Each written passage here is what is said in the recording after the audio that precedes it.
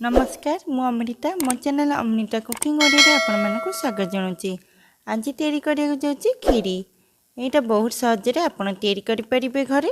क्षीर चीनी dry fruits तेजपत्र Gujarati घी बासमती चाउल नहींची। चाउल को आधा घंटा पई बटुरिकी रखिची। तेजपत्र को फ्राई करदबा।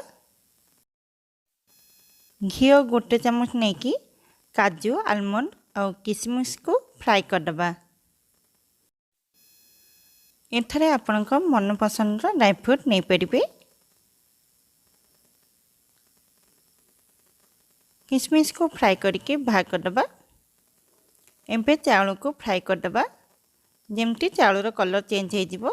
गोटे बासन रे टिके पानी दे देबा आ क्षीर दे देबा। क्षीर को बॉईल हेबा पई रखि देबा।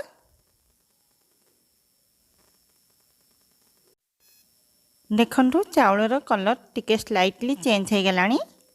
एबे मिक्सर जार रे चाउल को देकी गोटे रु दुई थर चलै देबा। ता द्वारा चाउल भांगी जिवो।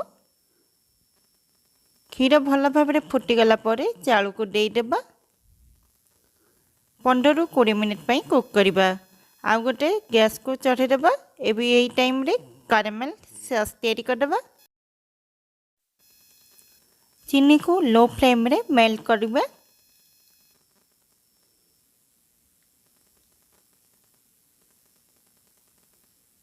देखनु कलर चेंज हो गलानी। एबे गैस को फ्लेम को बंद कर देबा।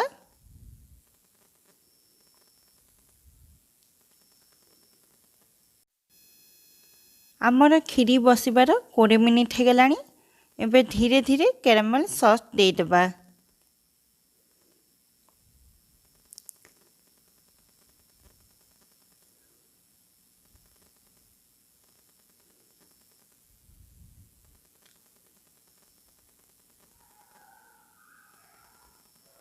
अलैच आउ गुजराती दे देबा।